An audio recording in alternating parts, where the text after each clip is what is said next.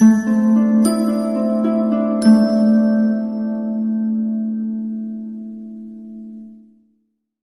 Viewers, আসসালামু আলাইকুম। কেমন আছেন সবাই? Welcome back to my channel MS kitchen. আজ আমি আপনাদের জন্য নিয়ে এলাম জাপানিজ চিংড়ি মাছের এবি ফ্রাই। এটাকে অনেকে প্রাউন ফ্রাইও বলে। খাবারটা আপনারা অনেকেই হয়তো বিভিন্ন রেস্টুরেন্টে খেয়েছেন, কিন্তু আজকে আমি দেখাবো কিভাবে ঘরে বসেই খুব সহজেই তৈরি করে ফেলা যায় চিংড়ি মাছের এবি ফ্রাই। তো চলুন ভিডিওটি শুরু করি।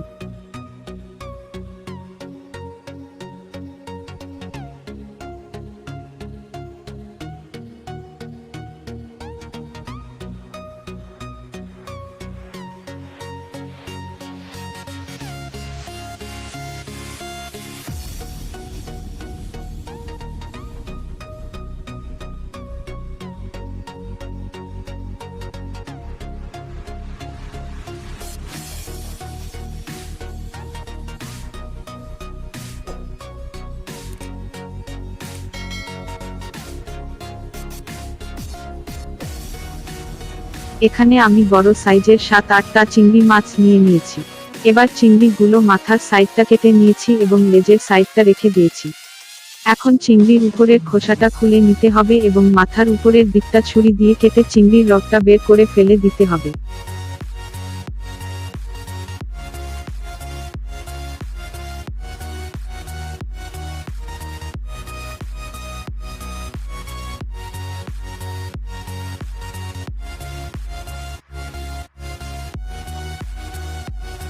এই যে আমি এখানে চিংড়ির রগটা বের করে নিলাম।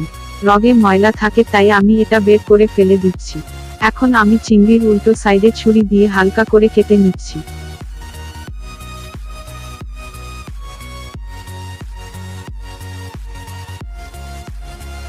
এভাবে আমি সবগুলো চিংড়ি কেটে নিয়েছি। এবার আমি প্রথমে দিয়ে দিচ্ছি 1 চা চামচ রসুন বাটা, সঙ্গে দিয়ে দিচ্ছি 1 চা চামচ আদা বাটা, দিয়ে দিচ্ছি 1 চা চামচ লবণ।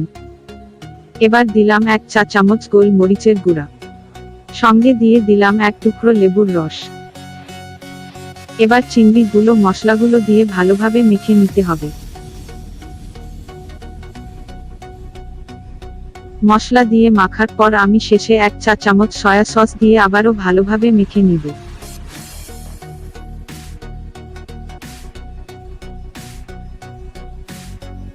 এবার 10 মিনিটের জন্য ঢাকনা দিয়ে ঢেকে রাখতে হবে। এখন আমি একটা ডিম কাটা চামচের সাহায্যে ফেটিয়ে নিচ্ছি।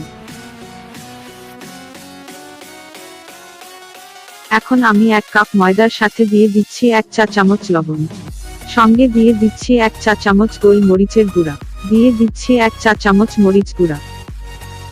এবার আমি সবকিছু একসাথে মিক্স করে নিচ্ছি।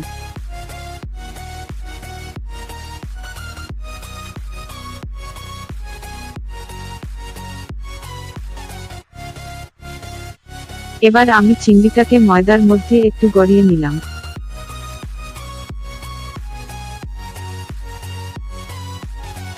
তারপর আমি চিংড়িটা ময়দা থেকে উঠিয়ে ডিমের মধ্যে চুবিয়ে নিচ্ছি।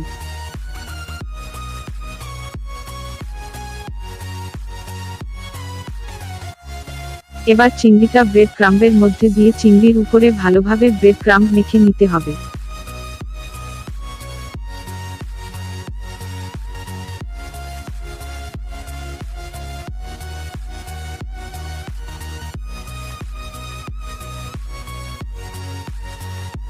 এভাবে আমি সবগুলো করে নিয়েছি।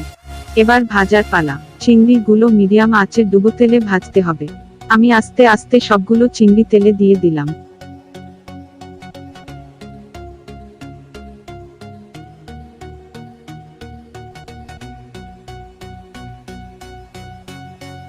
চিংড়ির এক সাইড ভাজা হয়ে গেলে উল্টিয়ে দিতে হবে।